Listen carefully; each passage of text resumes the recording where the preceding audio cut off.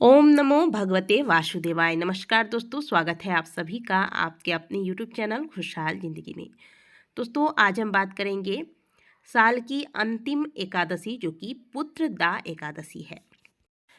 धार्मिक मान्यता के अनुसार जो दंपति संतान की इच्छा रखते हैं और अपनी संतान के अच्छे भविष्य की कामना करते हैं या संतान संबंधी किसी भी समस्या में आप चल रहे हैं, उन्हें पुत्रदा एकादशी का व्रत अवश्य ही करना चाहिए। इस दिन व्रत रखने से तथा भगवान विष्णु और माता लक्ष्मी की पूजा करने से विशेष कृपा की प्राप्ति होती है। आइए जानते हैं साल 2025 की जो अंतिम एकादशी है वह किस दिन रखी जाएगी, एकादशी तिथि का आरंभ कब होगा, समापन कब होगा, व्रत किस दिन करना है तथा पारण किस दिन किया जाएगा। हिंदू धर्म में एकादशी व्रत को बहुत ही पवित्र और फलदायी व्रत माना गया है। हर महीने कृष्ण पक्ष और शुक्ल पक्ष में एक एकादशी व्रत आती है और प्रत्येक एकादशी का अपना अलग धार्मिक महत्व है। पौष महीने की शुक्ल पक्ष की एकादशी को पुत्रदा एकादशी कहा जाता है। इस व्रत को संतान सुख की कामना के लिए विशेष रूप से किया जाता है। खास बात यह है कि साल 2025 का अंत और नए साल 2026 की शुरुआत बहुत शुभ होने वाली है, क्योंकि इस बीच एकादशी व्रत पड़ रही है।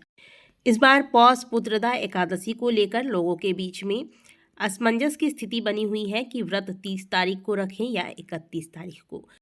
तो आइए आपकी दुविधा को दूर करते हैं। दीर्घ पंचांग के अनुसार पौष मास के शुक्ल पक्ष की एकादशी तिथि 30 दिसंबर को सुबह 7:51 से आरंभ हो जाएगी और इस तिथि का समापन 31 दिसंबर को सुबह लगभग 5 बजे के आसपास हो जाएगा। ऐसे में इस बार एकादशी इन दोनों ही दिन मनाया जा रहा है, लेकिन अब इनमें व्रत किस दिन रखना उचित होगा, सबसे ज़्यादा प्रभावशाली व्रत किस दिन का माना जाएगा, इस पर चर्चा करेंगे।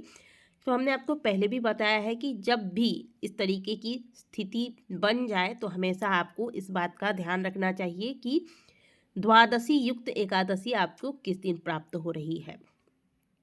तो इस बार 31 दिसंबर को द्वादशी युक्त एकादशी होगी। 30 दिसंबर को सुबह 7:51 तक दसवीं तिथि होगी, यानी कि यह दसवीं युक्त एकादशी है और शास्त्रों में दसवीं युक्त एकादशी को करना वर्जित बताया गया है। ऐसा करने से आपके पुण्य क्षय होते हैं, इसीलिए द्वादशी युक्त एकादशी जो कि 31 दिसंबर को पड़ रही है, यह व्रत आप धारण करें, क्योंकि 30 दिसंबर को प्रातःकाल से ही एकादशी लग जा रही है। इसीलिए इस दिन आप चावल का सेवन ना करें और साथ में भोजन का भी ध्यान रखिएगा, क्योंकि व्रत आपको 31 को भले ही रखनी है, लेकिन 30 को भी दिन भर आपको एकादशी की प्राप्ति हो रही है और एकादशी तिथि लगने के बाद आपको चावल का सेवन बिल्कुल भी नहीं करना है। इस बात का ध्यान रखिएगा। भोजन में मसूर की दाल, प्याज, लहसुन, बैंगन, मूली इत्यादि का सेवन ना करें।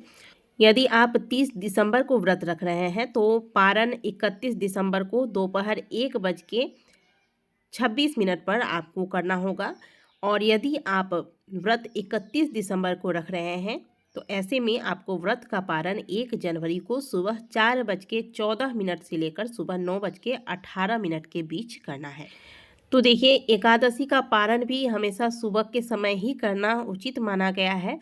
तो हर ओर से अगर देखा जाए तो 31 दिसंबर को व्रत करना श्रेष्ठ होगा। यदि आपने 30 दिसंबर को व्रत रखने का मन बना लिया है तो यह आपकी इच्छा पर निर्भर करता है, लेकिन यदि आप हमारी बात मान के व्रत करते हैं तो आपको 31 दिसंबर को ही व्रत रखना चाहिए।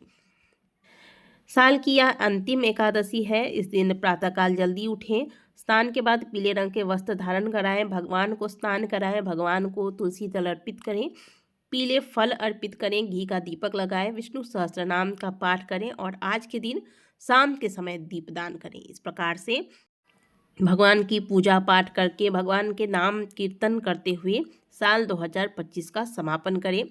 आने वाला साल आपके लिए भगवान की कृपा से बहुत ही उत्तम होगा। आशा करते हैं कि दी गई जानकारी आपको अच्छी लगी होगी। वीडियो अगर आपको अच्छी लगी है तो वीडियो को लाइक जरूर कीजिएगा। मिलते हैं आपसे अगले वीडियो में, तब तक के लिए जय श्रीमन नारायण।